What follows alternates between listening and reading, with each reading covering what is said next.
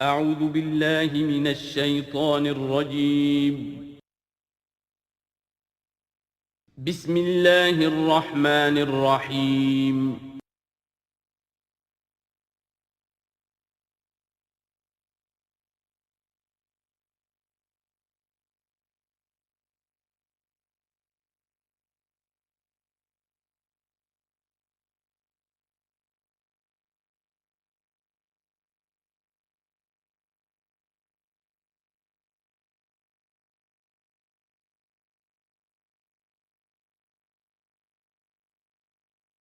نحمده ونصلي على رسوله الكريم اما بعد فقد قال الله تبارك وتعالى كما ورد في سورة الطلاق اعوذ بالله من الشيطان الرجيم بسم الله الرحمن الرحيم يا ايها النبي اذا طلقتم النساء فطلقوهن لعدتهن واحصوا العدة واتقوا الله ربكم لا تخرجوهن من بيوتهن ولا يخرجن الا ان ياتين بفاحشة مبينة وتلك حدود الله ومن يتعد حدود الله فقد ظلم نفسه لا تدري لعل الله يحدث بعد ذلك امرا صدق الله العظيم۔ میں نے کسی موقع پر یہ عرض کیا تھا کہ قرآن مجید میں یہ مکی اور مدنی صورتوں کا جو مزاج ہے، اس میں جو ایک فرق ہے، اس کی تاثیرات میں جو فرق ہے، واقعہ یہ ہے کہ وہ اس دورہ قرآن ہی میں سمجھ میں آتی ہے، ورنہ آدمی جب پڑھتا ہے تھوڑا تھوڑا کرتا ہوا پڑھتا ہے تو وہ ساری چیزیں اس تیزی کے ساتھ، اس سیکوینس کے ساتھ سامنے نہیں آتی۔ بہرحال مکی قرآن کی اپنی ایک شان ہے، مدنی صورتوں کا اپنا ایک رنگ ہے، جس کو میں نے تعبیر کیا تھا کہ دو جنتیں ہیں قرآن میں، جنتان، ایک مکی جنت ہے، ایک مدنی جنت ہے، تو ہم مدنی جنت کی سیر کر رہے ہیں۔ 8 صورتیں ہم پڑھ چکے ہیں، اب جو آخری 2 صورتیں رہ گئی ہیں اس گلدستے کی، یہ دونوں نہایت حسین جوڑے کی شکل میں ہیں۔ یہاں جو علامت ہے جوڑا ہونے کی، وہ پہلے تو ایک ہے ظاہری، دونوں صورتیں شروع ہوں گی، سورہ طلاق بھی، سورہ تحریم بھی، یا ایھا النبی، یا ایھا النبی۔ دوسری یہ کہ دونوں کا موضوع جو ہے وہ اسلام کا معاشرتی نظام ہے۔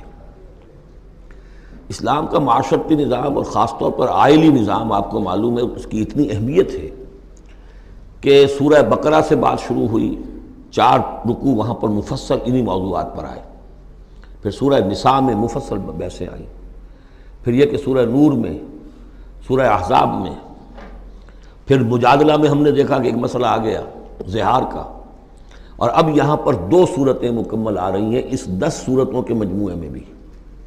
تو اس سے اندازہ ہونا چاہیے کہ اس آئلی قوانین کا اور معاشرتی جو ویلیوز ہیں اسلام کی، ان کی کتنی اہمیت ہے اللہ تعالیٰ کے نزدیک۔ ان میں جو 2 جوڑے کے جو یہ 2 فرد ہیں، تو گھریلو زندگی میں 2 امکانی صورتیں پیدا ہوتی ہیں۔ ایک تو معتدل تو یہ ہے کہ جو اللہ کے حقوق ہیں ان کو فائق رکھا جائے، اس کے نیچے جو اللہ نے حق شوہر پر بیوی کا رکھا ہے وہ بیوی ادا کرے، جو بیوی پر شوہر کا حق ہے، جو فرض ہے وہ شوہر جو ادا کرے۔ تو یہ فرائض اور حقوق کا ایک توازن ہے جو اللہ تعالیٰ نے قائم کیا ہے۔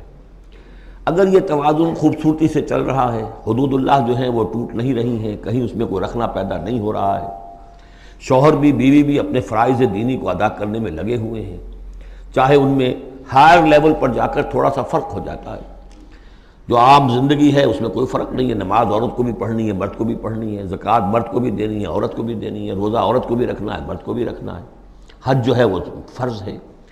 اس کے بعد دعوت و تبلیغ میں آگے تھوڑا سا فرق ہو جائے گا کہ عورتوں کا دائرہ محدود ہو جائے گا، وہ مردوں میں جا کے دعوت و تبلیغ نہیں کریں گی، خواتین میں کریں یا اپنے محرم مردوں میں کریں، لیکن فرضیت قائم رہتی ہے۔ اور اس سے اوپر جا کر تیسرے لیول پر اور ذرا بالواسطہ ان کا معاملہ ہو جاتا ہے، مردوں کے ذریعے سے وہ اقامت دین کی جو میدان کے اندر معاملے ہیں، جنگیں ہیں اور میدان میں جا کر مقابلے ہیں، وہاں ان کا جو رول ہے وہ بالواسطہ ہو جائے گا۔ ان کے بیٹے، ان کے بھائی، ان کے شوہروں کو زیادہ سے زیادہ وہ آزادی دیں، انہیں ریلیو کریں اپنے بوجھ سے، اولاد کی پرورش کا بھی سارا بوجھ اپنے اوپر لے لیں، شوہر کا حصہ جو ہے وہ بھی خود ادا کریں تاکہ شوہر یکسو ہو کر اپنا زیادہ سے زیادہ وقت جو ہے اقامت دین کی جد و جہد میں لگا سکے۔ تو یہ تو ہے نارمل جو چاہیے۔ اب ایب نارملٹی یا ادھر ہوگی یا ادھر ہوگی۔ ایک طرف کو ہوئی، فرض کیجئے لیفٹ کی طرف ہو گئی، اس کی معنی کیا ہے کہ مزاج نہیں مل رہا، ہر وقت کی چک چک ہے، خام خواہ جو ہے گھر جو ہے اس کے اندر اختلاف ہی اختلاف ہے، ہر وقت کی لڑائی چل رہی ہے، تو اس میں اس سے بہتر ہے طلاق ہو جائے۔ وہ ہے طلاق، سورہ طلاق، کہ خام خواہ اس قسم کے مسئلوں میں، لیکن یہ کہ طلاق جو آخری شکل ہے اس کے کچھ حدود ہیں، قیود ہیں، ضوابط ہیں، قواعد ہیں، قوانین ہیں، ان کی پوری پابندی ہو۔ جیسا کہ سورہ نساء میں ہم دیکھ چکے ہیں کہ اگر وہ علیحدہ ہو جائیں تو اللہ دونوں کو غنی کر دے گا، اس کو بھی اور اس کو بھی، اس کے لیے بھی کوئی بہتر، شوہر کے لیے بہتر کوئی بیوی عطا کر دے گا اور اس بیوی کو کوئی شوہر بہتر عطا کر دے گا۔ ایک دوسری انتہا یہ ہوتی ہے کہ شوہر اپنی بیویوں کی اتنی دلجوئی کرے، اتنی ان کی جو ہے پیمپرنگ جس کو کہتے ہیں کرے، کہ اس میں حدود اللہ بھی ختم ہو جائیں، شریعت کے تقاضے بھی ختم ہو جائیں، شریعت کے احکام بھی کہیں جو ہیں پامال ہو جائیں۔ سب سے بڑھ کر یہ کہ جو اپنے فرائض ہیں، دعوت و اقامت دین کی جد و جہد کو ان کو وہ ادا نہ کر سکے، تو اہل و عیال کا اتنا لحاظ، یہ غلط ہے۔ تو دو انتہاؤں کو یہاں پر لیا گیا ہے۔ پہلی انتہا میں بھی بات کی گئی ہے حضور سے، دوسری میں بھی، اگرچہ پہلے کا سوال حضور کے لیے ہے ہی نہیں، حضور نے نہ کوئی طلاق دی، نہ آپ کو طلاق دینے کی اجازت تھی، اس لیے کہ آپ کی ازواج مطہرات جو ہیں وہ تو امت کے لیے ماؤں کی حیثیت سے ہیں، اور سورہ احزاب میں ہم پڑھ چکے ہیں کہ وہ کسی اور سے بعد میں نکاح نہیں کر سکتی تھی، تو طلاق دینے کا سوال نہیں، اسی لیے آپ کو 4 کی جو وہ حد ہے، لمٹ ہے، اس سے بھی آگے بڑھ کر مزید نکاح کرنے کی اجازت دی گئی تھی۔ بہرحال یہ رب دیکھ لیجئے گا۔ اب آ کے ہم چلتے ہیں، وقت کی کمی کے پیش نظر زیادہ تمہید میں وقت نہیں لینا چاہتا۔ ان صورتوں پر میرے بڑے مفصل دروس موجود ہیں، وہ آپ دیکھ سکتے ہیں۔ یا ایھا النبی اذا طلقتم النساء فطلقوہن لعدتہن، اے نبی جب آپ لوگ اپنی عورتوں کو طلاق دیں۔ اب دیکھیے یا ایھا النبی واحد، طلقتم النساء فوراً جمع کا صیغہ، اس لیے کہ حضور سے تو یہ متعلق ہی نہیں ہے۔ حضور کو تو مسلمانوں کے نمائندے کی حیثیت سے اور معلم کی حیثیت سے اور ہادی کی حیثیت سے خطاب کیا گیا، اصل میں مسلمانوں سے ہے کہ جب تم طلاق دو اپنی بیویوں کو فطلقوہن لعدتہن، تو ان کی عدت کے حساب سے طلاق دو۔ عدت جو ہے وہ ایک تو یہ کہ طہر میں طلاق دی جائے، حیض کی حالت میں نہ ہو، اور پھر یہ ہے کہ اگر دینی ہی ہے تو پھر اس کے بعد بھی جو طلاق دی جائے وہ بھی پھر طہر کی حالت میں دی جائے۔ اس طریقے سے جو بھی قوانین ہیں، وہ احصل العدہ، عدت کا پورا لحاظ رکھو۔ وہ عدت اس طریقے سے بھی ہے کہ مطلقہ جو ہے جو عدت اس کی ہوگی اس کے اندر وہ کوئی اور شادی نہیں کر سکتی، البتہ عدت پوری کرنے کے بعد وہ آزاد ہوگی۔ عدت اس اعتبار سے بھی ہے کہ اگر طلاق رجعی ہے تو وہ اسی عدت کے اندر شوہر واپس طلاق وہ واپس اپنی بیوی کو لوٹا سکتا ہے، اور اگر وہ 1 یا 2 طلاقیں تھیں، طلاق بائن ہو گئی ہے، ان کے درمیان سیپریشن ہو چکی ہے، تب بھی وہ بغیر کسی اور حلالے وغیرہ جس کو ہمارے ہاں کہتے ہیں کہ عورت کے لیے ضروری نہیں ہے کہ وہ کسی اور سے نکاح کرے پھر وہ طلاق دے تو سابق شوہر سے اس کا نکاح ہو، بلکہ یہ کہ وہ دوبارہ نکاح کر سکتے ہیں اگر صرف 2 طلاقوں کے بعد عدت ختم ہوئی تھی۔ تو یہ تمام قواعد و ضوابط ہیں۔ واتقوا اللہ ربکم، اور اللہ کا تقوی اختیار کرو جو تمہارا رب ہے۔ لا تخرجوہن من بیوتہن، انہیں مت نکال باہر کرو ان کے گھروں سے کہ بس غصے میں آئے ہوئے ابھی طلاق بھی نکل جاؤ میرے گھر سے، یہ نہیں، یہ قطعاً غلط بات ہے۔ اس کی عدت ہے اور اس عدت کے اندر وہ تمہارے ہاں رہ سکتی ہے، تمہیں رکھنا ہے اسے اپنے ہاں۔ ولا یخرجن، وہ خود بھی نہ نکلے، الا ان یاتین بفاحشۃ مبینہ، البتہ اگر کوئی کھلی بے حیائی کی بات ہوئی ہے، کوئی بدکاری کی ہے عورت نے، وہ معاملہ اور ہو سکتا ہے کہ اس میں کوئی سختی کی جائے، عام حالات میں نہیں۔ وتلک حدود اللہ، یہ اللہ کے حدود ہیں۔ ومن یتعد حدود اللہ، اور جو اللہ کی حدود سے تجاوز کرے گا، فقد ظلم نفسہ، تو اس نے تو اپنے اوپر بڑا ظلم کیا۔ لا تدری لعل اللہ یحدث بعد ذلک امرا، تمہیں نہیں معلوم کہ شاید اس کے بعد اللہ تعالیٰ کوئی نئی صورت پیدا کر دے۔ غصے میں آ کے ایک طلاق دی، بیوی ابھی عدت کے اندر گھر ہی میں ہے، ہو سکتا ہے کہ وہ غصہ ختم ہو جائے، اسی میں ایک ہی طلاق دی تھی رجوع کر لیا جائے، اللہ تعالیٰ کیا پتہ ہے، اور کوئی حالات ایسے پیدا ہو جائیں، نئی صورت پیدا ہو جائے کہ اس سے آگے بات بگڑے ہی نہ۔ فَإِذَا بَلَغْنَ أَجَلَهُنَّ، البتہ جب عدت پوری ہو گئی ان کے جو میعاد ہے، سے اب تمہیں فیصلہ کرنا ہوگا، فَأَمْسِكُوهُنَّ بِمَعْرُوفٍ أَوْ فَارِقُوهُنَّ بِمَعْرُوفٍ، یا تو اب طے کر لو کہ اگر رجوع کرنا ہے تو بس اپنے گھر میں روکو، لیکن بھلے طریقے سے، یہ نہیں کہ انہیں ستانے کے لیے کہ جو روک لیا جائے، اور فارقوہن، یا پھر ان کو چھوڑ دو، ان سے علیحدگی اختیار کر دو، وہ بھی بالمعروف، بمعروف دستور کے مطابق بھلے طریقے سے۔ وَأَشْهِدُوا ذَوَيْ عَدْلٍ مِّنْكُمْ، اور اس رجعت اگر تم رجوع کر رہے ہو تو 2 اپنے گواہوں، 2 اپنوں میں سے جو معتبر لوگ ہوں جن پر اعتماد کیا جا سکتا ہے، انہیں گواہ بنا لو کہ میں نے طلاق دی تھی، اب میں اس کو رجوع کر رہا ہوں، تو یہ دو گواہ اس کے ہیں۔ وَأَقِیمُوا الشَّهَادَةَ لِلَّهِ، اور یہ گواہی قائم کرو اللہ کے لیے۔ ذَلِكُمْ يُوعَظُ بِهِ، یہ ہے جو جس کی نصیحت کی جا رہی ہے، من کان یؤمن باللہ والیوم الآخر، اس شخص کو کہ جو ایمان رکھتا ہو اللہ پر اور یوم آخر پر۔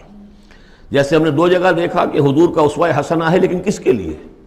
اپنی جگہ تو وہ اسوہ حسنہ کاملہ ہے، لیکن اس سے استفادہ کون کرے گا؟ من کان یرجو اللہ والیوم الآخر وذکر اللہ کثیرا۔ حضرت ابراہیم اور ان کے ساتھیوں کی زندگی میں بھی اسوہ ہے، کس کے لیے؟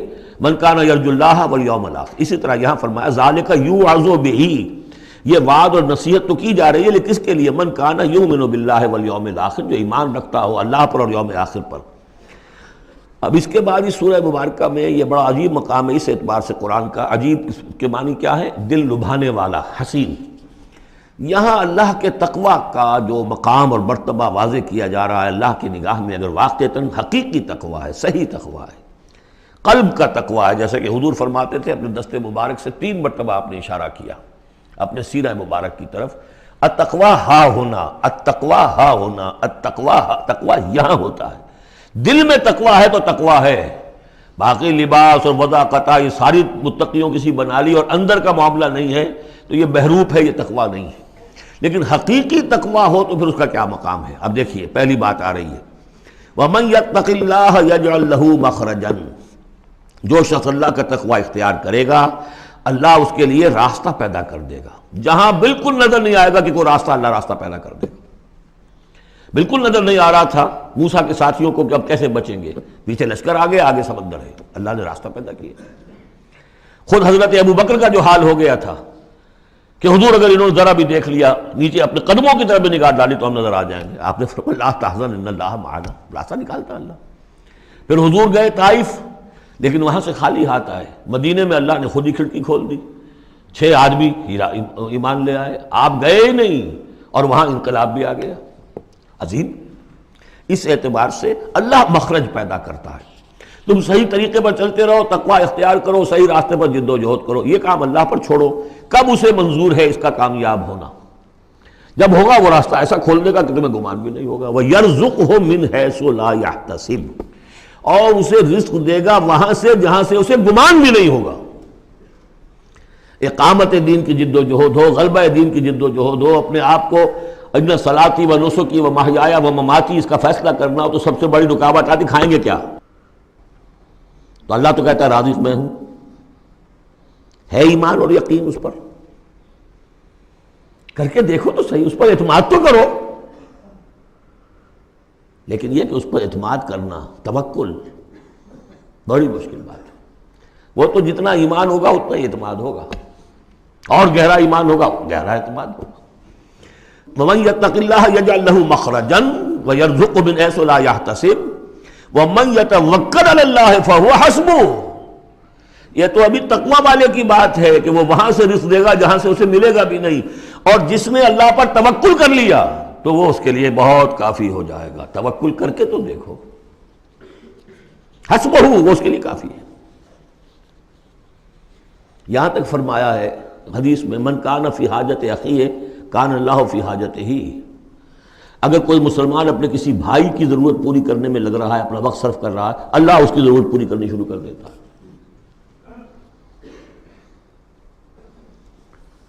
فکر ماں در کار ماں آزار ماں، کار ساز ماں بے فکر کار ماں، یہ فارسی شاعری کے اندر یہ دینی حقائق ہیں۔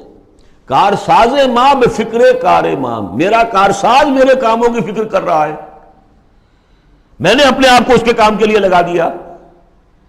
وہ دنیا میں بھی ذرا سا بھی کوئی شریف انسان ہوگا، آپ اس کے ہو جائیں وہ آپ کو چھوڑ دے گا پھر کہیں؟ شرافت ہو، مروت ہو اس میں، آپ اللہ کے بن کر تو دیکھیے، پھر وہ کارساز ہے۔ کارساز ماں بے فکر کار ماں، فکر ماں در کار ماں آزار ماں، جب میں اپنے معاملات کی فکر خود کرتا ہوں، کوئی نہ کوئی ٹھوکر کھاتا ہوں، کوئی نہ کوئی غلطی کرتا ہوں، آزار اپنے سر کے اوپر پیدا کر لیتا ہوں۔ اپنے آپ کو حوالے کرو، اس کا نام ہے تفویض الامر الی اللہ، افوض امری الی اللہ ان اللہ بصیر بالعباد۔ ان اللہ بالغ امرہ، اللہ تعالیٰ تو اپنا معاملہ تو پورا کر کے ہی رہتا ہے۔ وہ تو دین کو غالب کرنا ہی ہے. کون اس کے اندر نفع کما گیا، کون محروم رہ گیا، یہ ان کی قسمت ہے. ابو بکر اور عمر اور عثمان اور علی اور عبد الرحمن ابن عوف یہ اپنی بازی جیت گئے. ابو جہل ابو لہب محروم رہ گئے. یہ تو اب ان کا معاملہ ہے. اللہ تو اپنی بات پوری کرا دے گا، اور اس دنیا کے ختم ہونے سے پہلے پورے کل ارضی پر اللہ کا دین غالب ہوگا. یہ ہونا ہے. دیکھنا یہ ہے کہ تم اس بہتی گنگا میں کو ہاتھ دھونے کو تیار ہو یا نہیں، یا تم محرومین کی فہرست میں اپنے آپ کو لانا چاہتے ہو. بس اپنا تن من دھن لگا دو اس کے اندر. تمہاری ہڈیوں کا چورا ہو کر بھی اس نئی تعمیر کی بنیادوں میں اگر لگ جائے تو بہت بڑی کامیابی ہے. قد جعل اللہ لکل شیء قدرا، بہت عمدہ مقام ہے. اللہ نے ہر چیز کے لیے ایک اندازہ مقرر کیا ہوا ہے. کب اللہ کی مدد آئے گی یہ بھی اس نے طے کیا ہوتا ہے. You have to qualify. Prequalification conditions ہیں، تب مدد آئے گی. یوں نہیں آتی مدد. اپنا سب کچھ لگا دو پھر کہو کہ اللہ میری 15 برس کی کمائی کل میدان میں نے ڈالی ہوئی ہے. 15 برس کی کمائی، دن کی اور رات کی کوششیں ہیں میری، صبح اور شام کی کوششیں ہیں میری. 15 برس وہ میدان میں نے لا کے ڈال دی. تب پکارو اللہ کو. اپنا مال بچا کے رکھنا ہے، اپنی مستقبل کو بھی بچانا ہے، اپنی اولاد کو بھی بچانا ہے، اور اللہ کا دین غالب ہو جائے. کہیں نام لکھا کے کسی جماعت میں شامل ہو کر بڑا تیر مار دیا، گویا کہ اللہ تعالیٰ تو جانتا ہی نہیں. کتنی کنٹریبیوشن ہے، کتنا ایثار ہے، کتنی قربانی ہے، کتنا وقت ہے، کتنی محنت ہے، اللہ جانتا ہے. باقی اس نے ہر چیز کا ایک اندازہ مقرر کیا ہوا ہے. اب اس کے بعد پھر آ رہا ہے وہی طلاق کا معاملہ. واللائی یئسن من المحیض من نسائکم، اور تمہارے ہاں کی وہ خواتین کے جن کا حیض کا سلسلہ بند ہو چکا ہو، مایوس ہو چکی ہو حیض سے. ان ارتبتم فعدتہن ثلاثۃ اشہر، اگر اس میں کوئی شک بھی ہو تو پھر 3 مہینے عدت ہو جائیں گے. اب حیض تو آ نہیں رہا کہ 3 ہے طہر اور 3 حیض کا کوئی حساب کیا جائے. واللائی لم یحضن، اور وہ ابھی بچپن میں نکاح ہو گیا چونکہ ہو جاتا تھا، اور ابھی بچی کو جو ہے وہ ابھی ایام شروع ہی نہیں ہوئے ہیں، تو اب ان کی عدت کیسے ہوگی اگر ان کو طلاق دے دی گئی؟ تو ان کے لیے بھی یہ کہ 3 مہینے. وَأُولَاتُ الْأَحْمَالِ أَجَلُهُنَّ أَن يَضَعْنَ حَمْلَهُنَّ، اور جو حاملہ ہوں ان کی پھر عدت یہ ہے کہ وہ وضع حمل ہو جائے، بچے کی پیدائش ہو جائے، اس کے بعد وہ ان کی جو ہے عدت ختم ہوگی. یہ بھی ہو سکتا ہے کہ پورے 8 مہینے لگ جائیں، 9 مہینے لگ جائیں، 4 مہینے ہو، 6 ہوں، واللہ اعلم.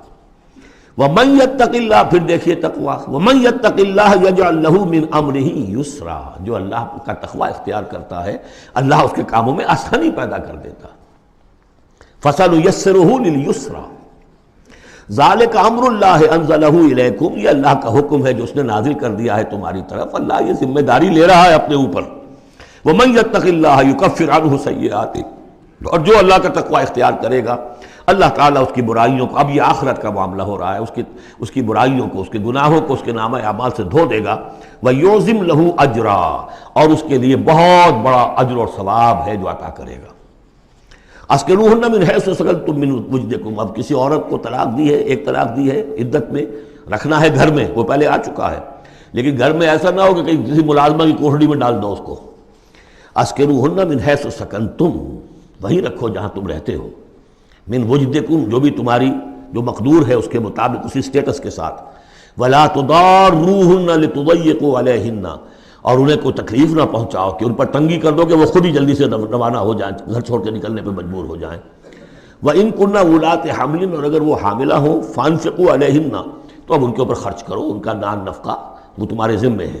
حَتَّى يَضَعْنَ حَمْلَهُنَّ، یہاں تک کہ پھر وہ وضع حمل سے فارغ ہو جائیں. فَإِنْ أَرْضَعْنَ لَكُمْ، پھر اگر وہ تمہارے لیے، تمہارے بچہ تو تمہارا ہے، اس کو اگر دودھ پلاتی ہیں، فَآتُوهُنَّ أُجُورَهُنَّ، تو انہیں ان کا اجر اور ان کا بدلہ عطا کرو. وَاعْتَمِرُوا بَيْنَكُمْ بِمَعْرُوفٍ، اور آپس میں مشورہ کر لیا کرو بڑے بھلے طریقے سے. اگر طلاق بھی ہو گئی کوئی بات نہیں، انسان تو ہے نا، انسانی سطح پر، اب شوہر بیوی نہیں رہے لیکن انسان تو ہے، انسانی سطح کے اوپر بات کر لی جائے. وَاعْتَمِرُوا بَيْنَكُمْ بِمَعْرُوفٍ وَإِن تَعَاثَرْتُمْ، اور اگر کہیں ایسی زدم زدہ ہو جائے کہ بیوی کہے میں تو دودھ نہیں پلاتی، یا کوئی اور مسئلہ ہو، فَسَتُرْضِعُ لَهُ أُخْرَىٰ، تو پھر کوئی اور عورت جو ہے اس کو دودھ پلائے. لِيُنْفِقْ ذُو سَعَةٍ مِّن سَعَتِهِ، اب اس تمام معاملے میں جو بھی شوہر ہے وہ خرچ کرے، جو وسعت والا ہے وہ اپنی وسعت کے مطابق خرچ کرے، جو اس کا بھی سطح اللہ نے اسے دی ہے اس کے مطابق. وَمَنْ قُدِرَ عَلَيْهِ، اور جس کے اوپر اللہ تعالیٰ نے رزق کی کوئی تنگی رکھی ہے، ناپ تول کر دے رہا ہے، کوئی فراوانی نہیں ہے، فَلْيُنْفِقْ مِمَّا آتَاهُ اللَّهُ، تو وہ خرچ کرے اس میں سے جو اللہ نے اس کو دیا ہے۔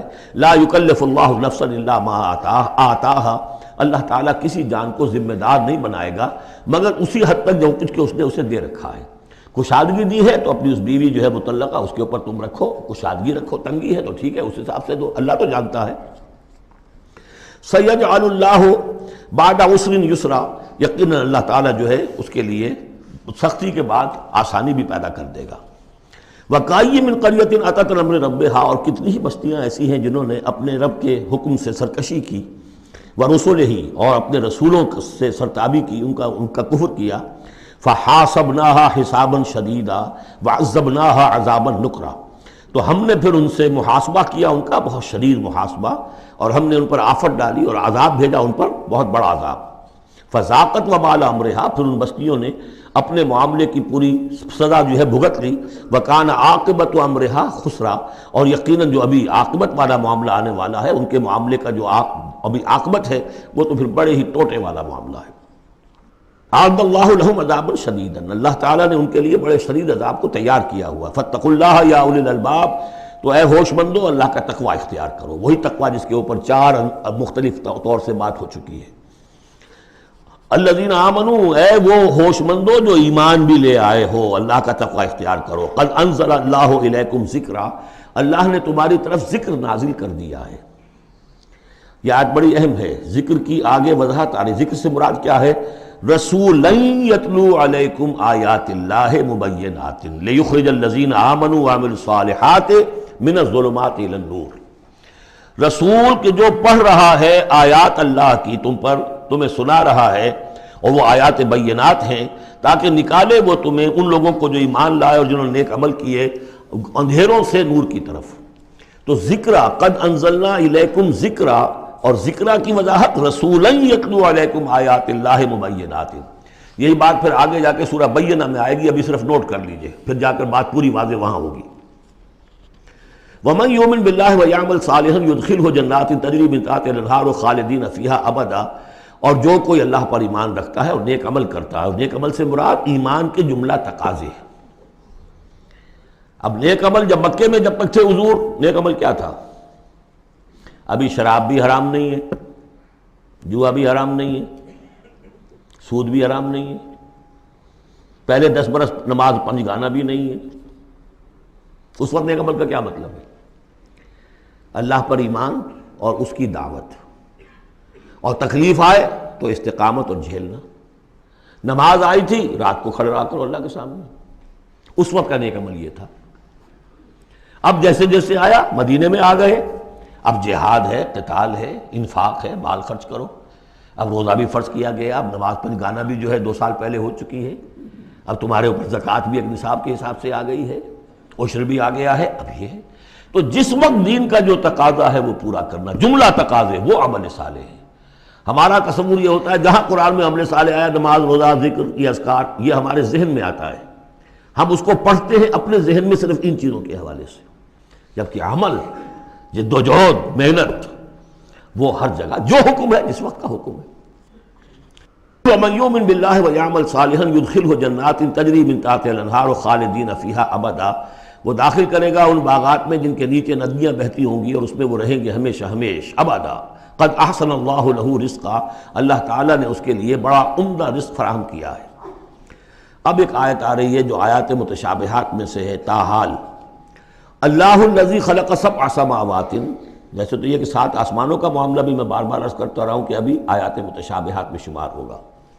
وَمِنَ الْأَرْضِ مِثْلَهُنَّ، اللہ تعالیٰ نے 7 آسمان بنائے ہیں اور زمین میں سے بھی اتنی ہی، ویسی ہی، گویا کہ زمینیں بھی کوئی 7 زمینیں ہیں۔ اب اس پر یہ ہے کہ مختلف مفسرین نے اپنے اپنے اندازے، زمین کے 7 طبقات ہیں یا کچھ اور، لیکن بہرحال ابھی ہم نہیں سمجھ سکیں گے، کوئی 7 زمینیں بھی ہیں، کسی وقت آ کر یہ حقیقت منکشف ہو جائے گی۔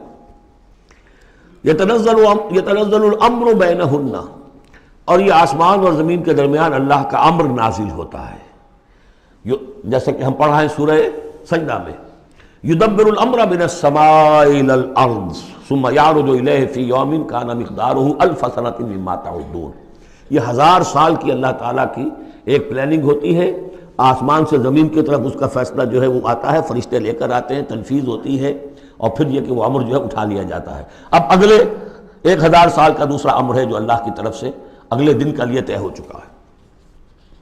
لِتَعْلَمُوا أَنَّ اللَّهَ عَلَىٰ كُلِّ شَيْءٍ قَدِيرٌ، تمہیں اس کا یقین رہنا چاہیے کہ اللہ تعالیٰ ہر چیز پر قادر ہے۔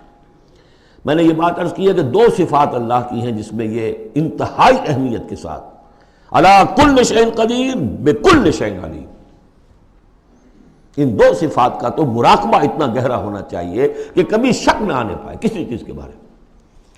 وَأَنَّ اللَّهَ قَدْ أَحَاطَ بِكُلِّ شَيْءٍ عِلْمًا، دیکھیے دوسری بھی آ گئی علم، اور یہ کہ اس نے ہر شے کا اس کے علم کا احاطہ کیا ہوا ہے، نہ اس کی قدرت سے باہر کچھ ہے نہ اس کے علم سے باہر کچھ ہے۔ اب یہ دوسری سورت بسم اللہ الرحمن الرحیم، سورۃ التحریم، یعنی یہ معاملہ کہ بیویوں کی محبت یا ان کے جذبات کا لحاظ اور پاس یا ان کی دلجوئی میں کوئی کام آپ ایسا کر بیٹھے کہ جو شریعت میں جائز نہیں، یا شریعت کا کوئی جائز کام ہے وہ آپ اس کو نہ کرنے کی قسم کھا لیں۔ اب ظاہر بات ہے کہ حضور کے لیے یہ تو ممکن نہیں تھا، قطعاً اس کا کوئی سوال ہی نہیں کہ آپ اپنی کسی بیوی کی محبت کی وجہ سے یا دلجوئی کی وجہ سے کسی حرام کام کا ارتکاب کرتے ہیں۔ لیکن 2-3 واقعات ایسے ملتے ہیں کہ حضور نے اپنی بیویوں کی دلجوئی کے سلسلے میں کوئی چیز جو آپ کے لیے اصلاً حلال تھی اس کے بارے میں قسم کھا لی کہ اب یہ میں استعمال نہیں کروں گا، اس پر پکڑ آ گئی ہے۔ یا ایھا النبی لم تحرم ما احل اللہ لک، اے نبی صلی اللہ علیہ وسلم کیوں آپ حرام ٹھہرا رہے ہیں اپنے اوپر وہ شے جو اللہ نے آپ کے لیے حلال کی ہے۔ تبتغی مرضات ازواجک، کیا آپ چاہتے ہیں اپنی بیویوں کی رضا جوئی؟ واللہ غفور الرحیم، اب دیکھیے یہ تیور بتا رہے ہیں اللہ تعالیٰ کی جو یہ ناپسندیدگی۔ یا ایھا النبی لم تحرم ما احل اللہ لک تبتغی مرضات ازواجک واللہ غفور الرحیم، اللہ غفور الرحیم ہے، اللہ نے معاف فرمایا، اللہ نے آپ کی خطا سے درگزر کیا۔ قد فرض اللہ لکم تحلۃ ایمانکم، اللہ تعالیٰ نے تمہارے لیے ایسی قسموں کا کھول دینا جو ہے اس کا راستہ معین کر دیا ہے۔ فرض میں یہ بھی سمجھا گیا لازم ٹھہرایا ہے، یعنی کوئی غلط قسم کھا لی ہے تو اس فرض ہے کہ اسے توڑ دیا جائے، لیکن توڑنے کا کفارہ ہے، ایسے نہیں توڑ دیا جائے گا۔ وہ بھی پوری آیت جو ہے وہ سورہ مائدہ کے اندر آ چکی ہے، گویا کہ اب آپ یہ اپنی قسم توڑیے اور وہ کفارہ ادا کیجیے۔ واللہ مولاکم، اللہ تمہارا مولا ہے، مددگار ہے، پشت پناہ ہے، وہو العلیم الحکیم، اور وہ سب کو جاننے والا ہے، کمال حکمت والا۔ وَإِذْ أَسَرَّ النَّبِيُّ إِلَىٰ بَعْضِ أَزْوَاجِهِ حَدِيثًا، اور جب نبی نے صلی اللہ علیہ وسلم اپنی بعض ازواج، اپنی کسی زوجہ محترمہ کو کوئی بات بتائی، اسرہ اسرار سے، خفیہ طور پر، راز کے طور پر، میں ان تفاصیل میں نہیں جا رہا کہ واقعات کیا تھے ورنہ بہت دیر لگ جائے گی، بات سمجھنی چاہیے، باقی یہ کہ آپ تفسیروں میں دیکھ سکتے ہیں۔ تو آپ نے کوئی بات اپنی کسی ایک زوجہ محترمہ کو بتائی اور کہا دیکھو یہ کسی اور سے کہنا نہیں، یہ میرا راز ہے۔ فلما نبات بہ، جب انہوں نے اس کو ظاہر کر دیا، عورتوں کے کہتے ہیں پیٹ ہلکے ہوتے ہیں اس معنی میں کہ راز رکھنے اپنے پاس، بہت سے مرد بھی عورتوں کی طرح کے ہوتے ہیں، ان سے کوئی چیز چھپائی نہیں جاتی، نہ ہر زن زنست و نہ ہر مرد مرد، لیکن یہ کہ عام طور پر یہ عورتوں کی کمزوری شمار ہوتی ہے۔ تو ازواج مطہرات سے بھی اس کا صدور ہوا ہے۔ فلما نبات بہ، جب انہوں نے اسے ظاہر کر دیا، وَأَظْهَرَهُ اللَّهُ عَلَيْهِ، اللہ تعالیٰ نے اپنے نبی کو صلی اللہ علیہ وسلم سے مطلع فرما دیا کہ وہ راز نہیں رہا ہے، راز آپ کی ان اہلیہ نے فاش کر دیا ہے۔ عرف بعضہ، تو حضور نے کچھ تو ان کے سامنے ظاہر کر دیا، وعرض عن بعض، بات پوری ان کو نہیں بتائی، بعض جو ہے روک لی۔ فلما نبأ بہ، تو جب انہوں نے حضور نے صلی اللہ علیہ وسلم ان کو بتایا، قالت من انباک ھذا، اب ایک طرز عمل تو یہ ہوتا کہ فوراً ندامت ہوتی کہ ہاں حضور مجھ سے غلطی ہو گئی، میں واقعتاً آپ کا راز جو ہے وہ میں رکھ نہیں سکی اور مجھ سے بے دھیانی میں، بے خیالی میں بات نکل گئی۔ ایک دوسرا یہ ہے من انباک، آپ کو کس نے بتایا؟ یہ انداز جو ہے، دیکھیے عام بیوی عام شوہر کے درمیان اس میں کوئی حرج نہیں، لیکن جیسا کہ سورہ حجرات میں ہم پڑھا ہے، اعلموا، جان لو اچھی طرح، ان فیکم رسول اللہ، اے عائشہ، اے حفصہ، یہ تمہارے شوہر ہی شوہر نہیں ہے، یہ اللہ کے رسول ہیں۔ طرز عمل تمہارا جو ہے ان کے ساتھ بہت محتاط ہونا چاہیے، بہت محتاط ہونا چاہیے۔ من انباک، آپ کو اس نے بتایا؟ قال نبانی العلیم الخبیر، جواب میں بھی غصہ ہے حضور کا، مجھے اس نے بتایا کہ جو العلیم ہے اور خبیر ہے، جو سب کچھ جاننے والا ہے اور ہر چیز سے باخبر ہے۔ اب یہ اللہ تعالیٰ کی طرف سے آ رہا ہے، اس کی تعبیر میں اہل تشیع ایک انتہا کو نکل گئے، ہمارے عام مفسرین نے بھی انہی کی روش اختیار کی ہے، لیکن مولانا حمید الدین فراہی رحمۃ اللہ علیہ کا میں کم از کم اپنی ذات پر بہت بڑا احسان سمجھتا ہوں کہ جو انہوں نے تعبیر کی ہے، اور وہ عربی زبان کا جو اسلوب ہے اس کے اعتبار سے 100% درست ہے۔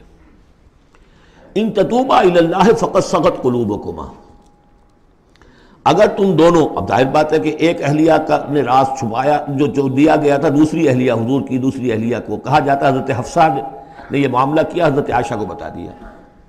ان دونوں کے تعلقات بہت اونچے تھے، اس لیے کہ ظاہر بات ہے کہ حضور کے ہاں جو مقام اور مرتبہ تھا ابو بکر کا اور عمر کا رضی اللہ تعالیٰ عنہما، اس کے حوالے سے ہی پھر ازواج مطہرات میں بھی خود بخود غیر شعوری طور پر یہ احساسات ہو جاتے ہیں۔ تو انہوں نے ان تتوبا الی اللہ، اگر تو اب تم دونوں اللہ کی جناب میں توبہ کرو، فقط صغت قلوبکما، اس کا ترجمہ کیا تو تمہارے دل ٹیڑھے ہو چکے ہیں۔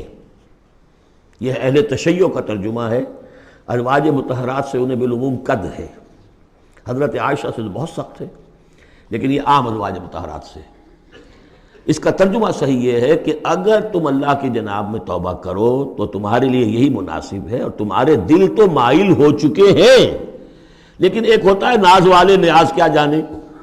اب یہ ماننا جو ہے یہ ذرا کڑا گزر رہا ہے کہ حضور مجھ سے غلطی ہوئی، آپ مجھے معاف کر دیجیے، اور وہ بھی اس لیے کہ معاملہ ہے شوہر اور بیوی کا۔ جیسے ہم کہتے ہیں کہ میاں تمہارے دل میں تو بات اب آ چکی ہے، بس تم مان نہیں رہے ہو، دل میں تو تم نے بات سمجھ لی ہے، تم اگر ایسا کرو تو یقیناً تمہارے لائق ہے، یہ انداز ہے یہ، اور یہ بہت سی مثالیں دے کر انہوں نے واضح کیا، اور میں اسے بہت بڑا احسان مانتا ہوں۔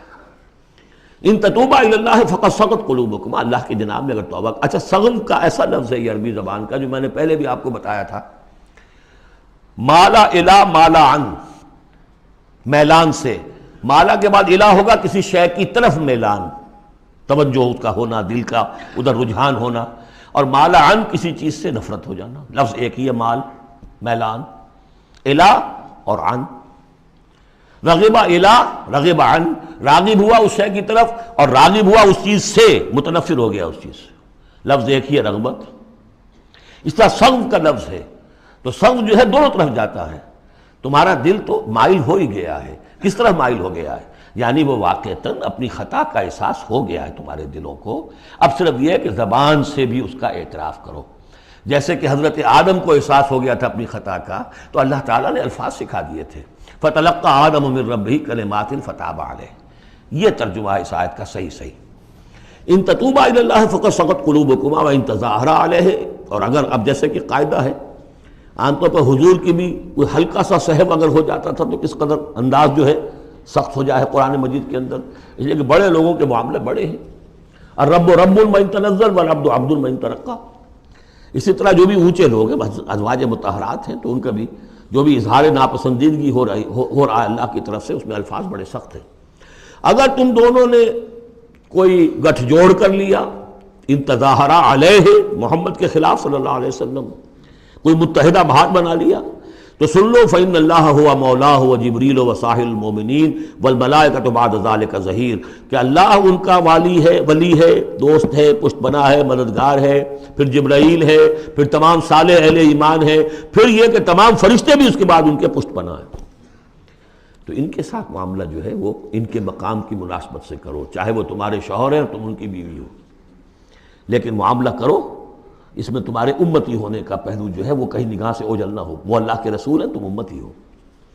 عسیٰ ربہ، ابھی اور سختی آ رہی ہے، امید ہے کہ ان کا رب ان طلقکن، اگر تم سب کو طلاق دے دے، ان یبدلہ ازواجا خیرا منکن، کہ بدل دے تم سے کہیں بہتر بیویاں ان کو عطا کر دے، مسلمات مومنات قانتات تائبات عابدات سائحات ثیبات وابکارا، یہ سارے اوصاف ان میں واو ہے ہی نہیں، بیک وقت یہ سارے اوصاف ہوں، مسلم بھی ہوں، مومن بھی ہوں، فرما بردار بھی ہوں، توبہ کرنے والیاں، عابدات عبادت گزار، سائحات دنیا کی لذات سے کنارہ کش، سیبات بھی ہو سکتی ہیں، حضور کے نکاح میں تو اکثر سیبہ ہی آئی ہیں، سیبہ وہ ہیں جن کی پہلے کوئی شادی ہوئی ہو، طلاق ہو گئی ہو، یا یہ کہ بیوہ ہو گئی ہوں، اکثر و بیشتر جو آپ کے نکاح ہیں وہ سیبات سے ہیں، وہ ابکارا، اور کنواری بھی، تو ایک غالباً جہاں تک مجھے میرا ذہن ہے صرف ایک حضرت عائشہ صدیقہ ہیں رضی اللہ تعالی عنہ کہ جو کنواری حیثیت سے آئی ہیں حضور کے نکاح میں، باقی سب کی سب سیبہ تھیں۔ یہ تو ہو گیا ایک خاص معاملہ عائلی زندگی سے متعلق حاصل کیا ہوا کہ وہ معتدل معاملہ رکھو، حقوق الزوجین اپنی جگہ ہیں، فرائض الزوجین اپنی جگہ ہیں، اللہ کے حقوق اس سے بالا ہیں، ان کو اوپر قائم رکھو، اور اس کے تحت جو ہے جو بھی اللہ نے حقوق معین کر دیے، فرائض معین کر دیے، ان کو ادا کرو۔ لیکن یہ کہ ادھر اگر ہو گیا معاملہ تو بھی سلیقے سے ہو، بات نہیں بن رہی ہے، اگر رخصت کرنا تو شرافت کے ساتھ اس کے یہ قواعد و ضوابط ہیں، اور اگر ادھر جانا ہے تو روکو اپنے آپ کو کہ کہیں ان کی محبت، یا ایھا الذین آمنوا ان من ازواجکم واولادکم عدوا لکم فاحذروہم، تو ڈرو ایسا نہ ہو کہ ان کی محبت جو ہے وہ تمہیں کسی غلط راستے پر لے جائے۔ اب جو حصہ آ رہا ہے سورہ مبارکہ کا، اس میں ایک تو یہ 3 آیتیں درمیان میں آ رہی ہیں، وہ تو خاص طور پر جو ہے یوں سمجھیے خواتین سے متعلق نہیں ہے، مردوں سے متعلق ہیں، اور وہ اصل میں سورہ حدید کا سلسلہ جو ہے جو آخر اب اختتام پر آ رہا ہے، اس کا نقشہ جو ہے یہاں پر پھر آ جائے گا۔ یا ایھا الذین آمنوا قوا انفسکم واہلیکم نارا، اہل ایمان بچاؤ اپنے آپ کو اور اپنے اہل و عیال کو آگ سے۔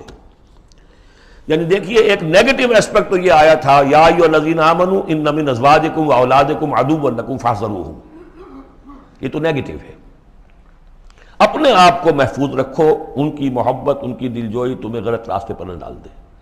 اب یہاں جو پازیٹو ہے، تم جن کے بھی شوہر ہو اور تم جن کے بھی باپ ہو، ان کی زندگی کو دین کے رخ پر ڈالنا تمہاری ذمہ داری ہے، اپنی سی کوشش کرنا۔ حضرت نوح کا ایک بیٹا بھی ان کے نگاہوں کے سامنے غرق ہو گیا، کوئی بات نہیں، لیکن تم کیا کر رہے ہو؟ تم اپنے اہل و عیال کے حق میں سمجھا تم نے یہ ہے کہ صرف نان نقصے کی ذمہ داری ہے، کھانا پلانا ہماری ذمہ داری ہے، بس یہ بہت غلط ہے۔ بندہ مومن ہونے کے ناطے پہلا فرض یہ ہے کہ اپنے آل، اپنے اولاد، اپنے اہل و عیال کو آگ سے بچانے کی فکر، تربیت ان کی، دین کے لیے رجحان پیدا کرنا ان میں، اس کے لیے جو بھی ممکن طریقے ہو اختیار کرنا، یہ تمہاری ذمہ داری ہے۔ یا ایھا الذین آمنوا، اہل ایمان بچاؤ پہلے اپنے آپ کو، فطری بات ہے، قوا انفسکم، جیسے حضور فرمایا کرتے تھے اپنے خطبے میں، اوصیکم ونفسی بتقوی اللہ، میں تمہیں بھی وصیت کرتا ہوں مسلمانوں کے اللہ کا تقوی اختیار، اپنے نفس کو بھی۔ اسی طرح قوا انفسکم واہلیکم نارا، بچاؤ اپنے آپ کو اور اپنے اہل و عیال کو آگ سے، وقودھا الناس والحجارہ، اس کا ایندھن بنیں گے انسان اور پتھر، علیہا ملائکۃ غلاظ شداد، اور اس پر ایسے فرشتے ہیں معمور ہیں اس جہنم پر کہ جو بڑے تند خو ہیں، سخت دل ہیں، شداد، لا یعصون اللہ ما امرہم۔ اب جب تم یا تمہارے لاڈلے، تمہاری لاڈلی بیوی اور تمہارے لاڈلے بیٹے اور بیٹیاں جب جہنم میں جھونکے جائیں گے، اگر اللہ نے تمہیں بچا بھی لیا اور وہ تمہارے سامنے جہنم میں جائیں گے تو سوچ لو ان کی چیخ و پکار اور ان کا نالہ و شیون، وہ فرشتوں کا دل جو ہے اسے پسیجے گا نہیں، وہ بڑے سخت دل ہیں۔ اب سوچ لو کن کے حوالے کرنا چاہتے ہو؟ جہنم کے داروغہ کے حوالے کرنا چاہتے ہو اپنی بیویوں کو اور اپنی اولادوں کو؟ یہ محبت نہیں، یہ تو عداوت ہو گئی ہے۔ تم سمجھ رہے ہو کہ محبت کا مظہر ہے یہ، اعلیٰ تعلیم دلوا رہے ہیں۔ کون سی تعلیم دلوا رہے ہو؟ جو انہیں دین کی طرف راغب کرنے والی ہے یا باغی کرنے والی ہے؟ یہ تمہاری رحمت ہے، محبت ہے یا عداوت ہے، دشمنی ہے؟ علیہا ملائکۃ غلاظ شداد، ان کا دل پسیجے گا نہیں، پتھر کی طرح سخت دل ہوگے ان کے، غلاظ شداد، چیخے جاؤ، چلائے جاؤ، نالہ و شیون، لا یعصون اللہ ما امرہم، جو اللہ کا حکم ہوگا وہ اس کی نافرمانی نہیں کریں گے، جس کو جو عذاب دینا ہے وہ دیں گے، وَيَفْعَلُونَ مَا يُؤْمَرُونَ، اور کریں گے وہی کچھ جس کا انہیں حکم دیا جائے گا۔ یا ایھا الذین کفروا لا تعتذروا اليوم، اور کہا جائے گا اے کافرو اب آج تم کوئی بہانہ نہ بناؤ، انما تجزون ما کنتم تعملون، تمہیں وہی کچھ بدلے میں دیا جا رہا ہے جو تم عمل کر کے لائے۔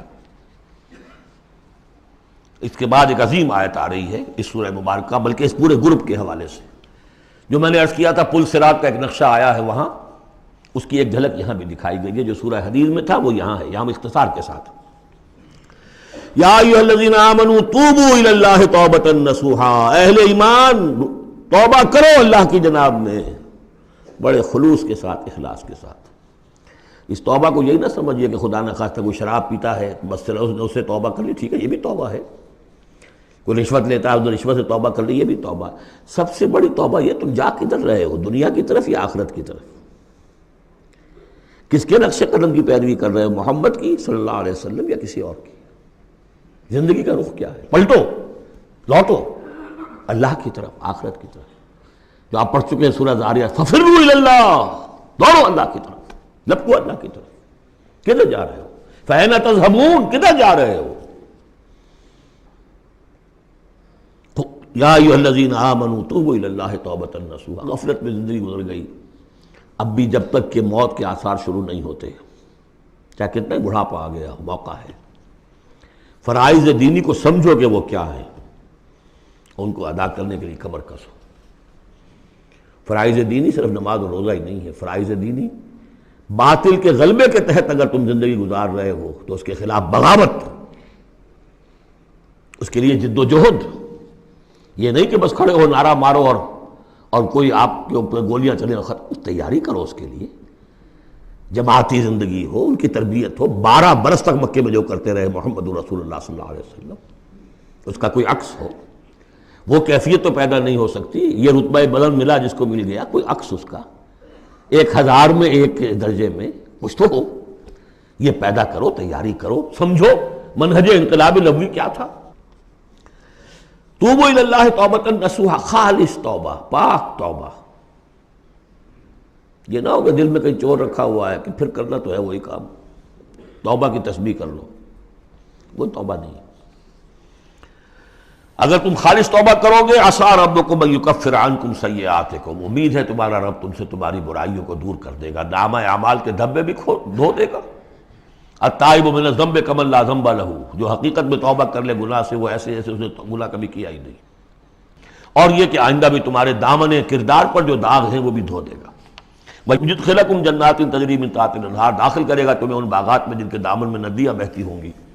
یوم لا یخزی اللہ النبی والذین آمنوا معہ، جس دن کہ اللہ تعالیٰ نہیں رسوا کرے گا نہ اپنے نبی کو نہ ان کو جو ان کے ساتھ ایمان لائے، صلی اللہ علیہ وسلم ورضی اللہ تعالیٰ عنہم اجمعین۔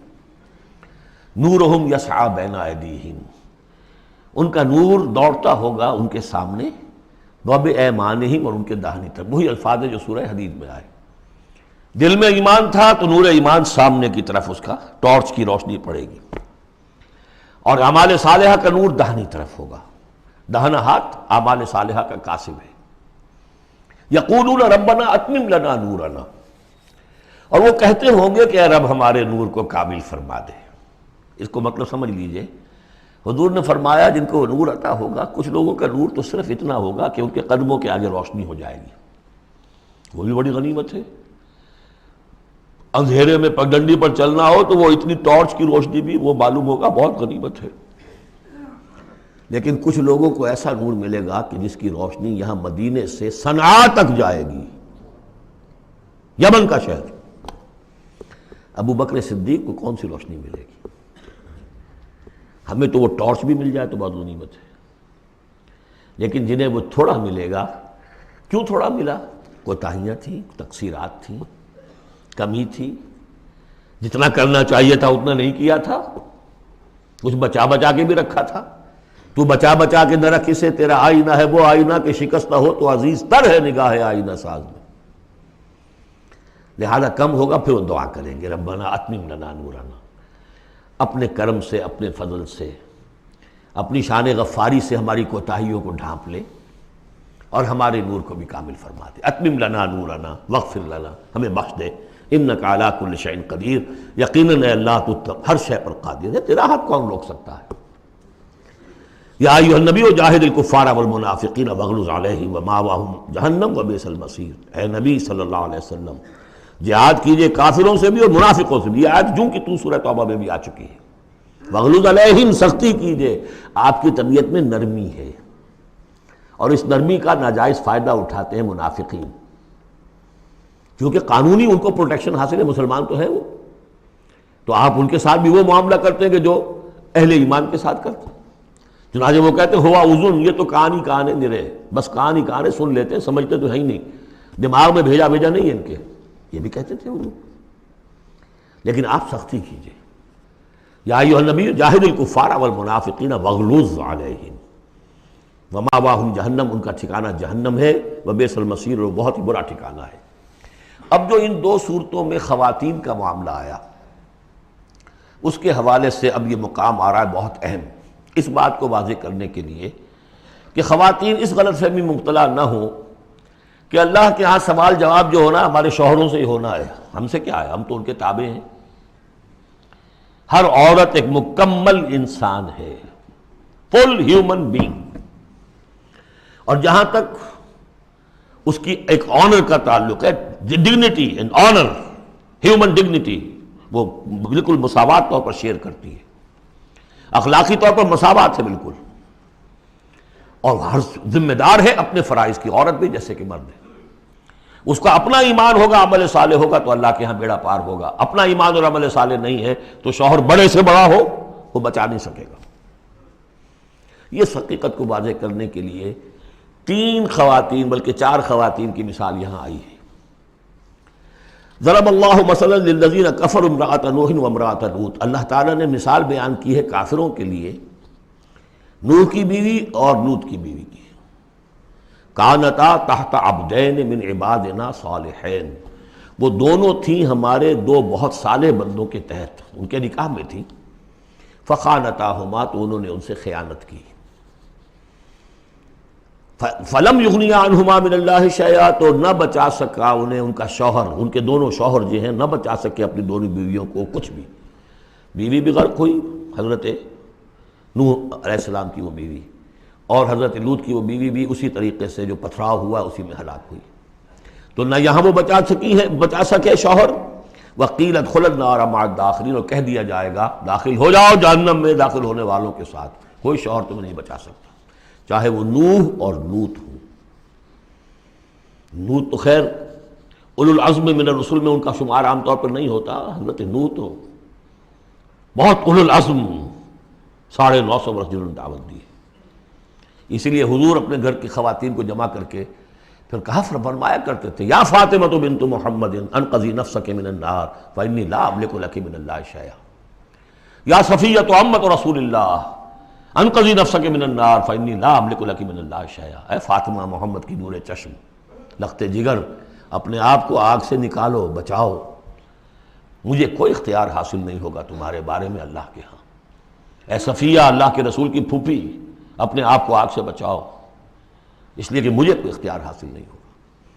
ضرب اللہ مثلا للذین کفروا امرأۃ نوح وامرأۃ لوط کانتا تحت عبدین من عبادنا صالحین فخانتاہما فلم یغنیا عنہما من اللہ شیئا وقیل ادخلوا النار مع الداخلین۔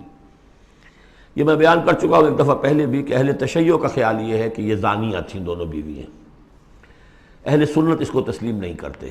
خیانت صرف اسی معاملے میں نہیں ہوتی، خیانت رازداری میں سب سے بڑی خیانت ہے، کہ جو راز ہوتے تھے یہ وہ اپنے دشمن، جو حضور انبیاء کے رسولوں کے دشمن تھے، اپنی قوم کے لوگوں کو ان کے راز پہنچا دیتی تھی، یہ خیانت تھی۔ اس لیے کہ سورہ نساء میں جو آیا ہے فالصالحات قانتات حافظات للغیب، غیب کے اندر حفاظت کرنا پوری، ظاہر بات ہے کہ بیوی سے زیادہ بڑھ کر تو کوئی نہیں ہوتا کہ جو شوہر کی باتوں سے واقف ہو، تو یہ خیانت ہے اہل سنت کے نزدیک ہو۔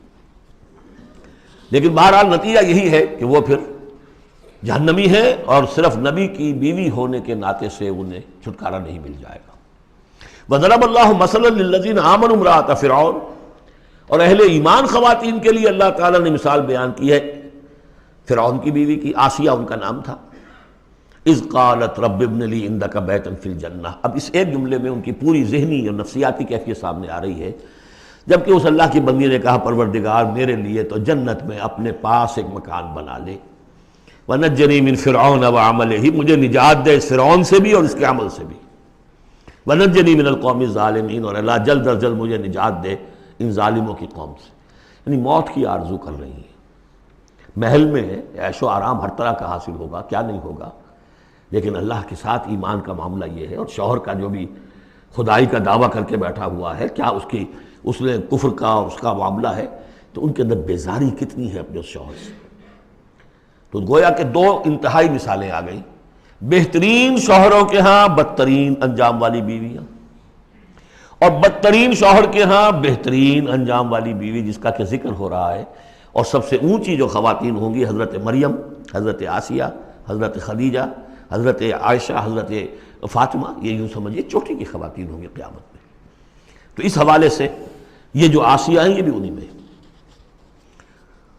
وَمَرْيَمَ ابْنَتَ عِمْرَانَ الَّتِي أَحْصَنَتْ فَرْجَهَا، تیسری مثال دی ہے، عورت خود بھی نیک ہو اور اسے نیک تربیت مل جائے، نیک ماحول مل جائے۔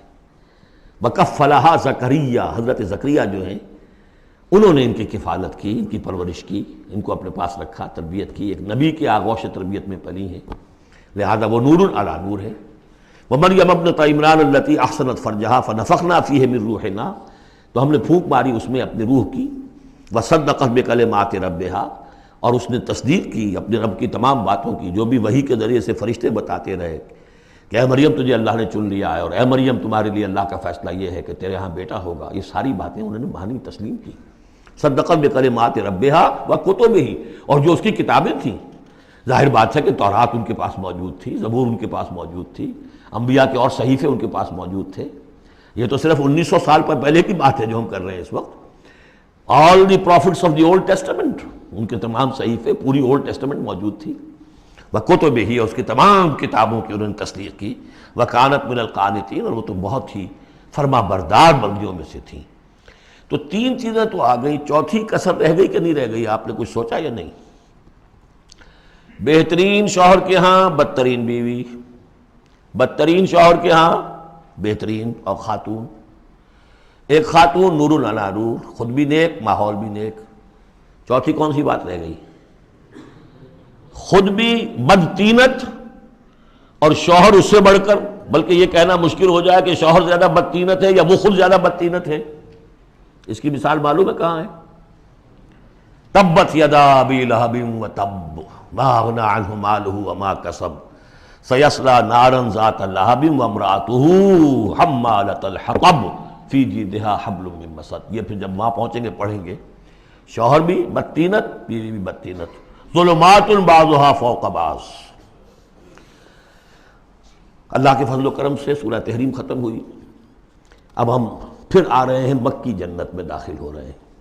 یہاں سے اب آخری گروپ شروع ہو رہا ہے، آخری منزل تو سورہ قاف سے شروع ہوئی تھی، چھٹا گروپ مکی اور مدنی صورتوں کا یہاں ختم ہو گیا۔ 7 صورتیں، حسین ترین صورتیں قرآن کی، وہ پہلی 7 صورتیں تھیں، سورہ قاف، سورہ ذاریات، سورہ طور، سورہ نجم، سورہ قمر، سورہ رحمان، عروس القرآن، پھر سورہ واقعہ، پھر یہ 10 صورتیں آ گئیں، سورہ حدید، سورہ مجادلہ، سورہ حشر، سورہ ممتحنہ، سورہ صف، سورہ جمعہ، سورہ منافقون، سورہ تغابن، سورہ طلاق، سورہ تحریم۔ اب پھر یہ مکی قرآن مجید، یہ آخری گروپ ہے۔ اس میں بھی پہلی 6 صورتیں جو ہیں وہ 3 کے سب گروپس کی شکل میں ہیں۔ سورہ ملک بڑی، جیسے سورہ قاف وہاں تھی اسی مقام پر یہاں سورہ ملک ہے، بہت جامع، اس کی تاثیر، اور یہ بہت حضور کو عزیز تھی۔ آپ کی کے معمولات میں سے تھا، رات کو سوتے ہوئے آپ سورہ ملک پڑھا کرتے تھے، اور اس کی آپ نے تلقین کی ہے۔ بسم اللہ الرحمن الرحیم، تبارک الذی بیدہ الملک وہو علی کل شیء قدیر، بڑی بابرکت ہے وہ ہستی جس کے ہاتھ میں ہے بادشاہی، راج اس کا ہے۔